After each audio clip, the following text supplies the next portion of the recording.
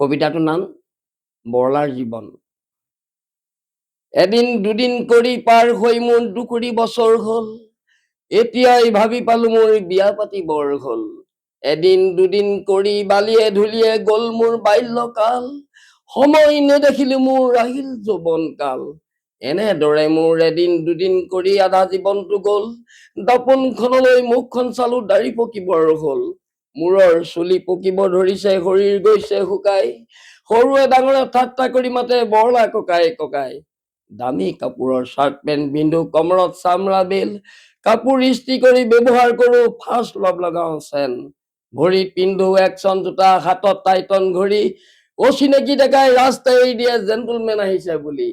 চকুত পিন্ধো কোলা চশমা, জেপত কাগজ কলম, নতুন চিনেমা হলত চলিলে নকৰো আৰু পলম।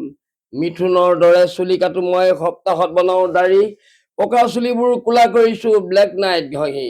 মনে মনে মই ছোৱালী মনে মনে ভাবো কলেজীয়াজনী ধৰি লৈ আহিম বুলি, ওচৰলৈ মই যাব যে নোৱাৰো চৰ খাই আহিম বুলি।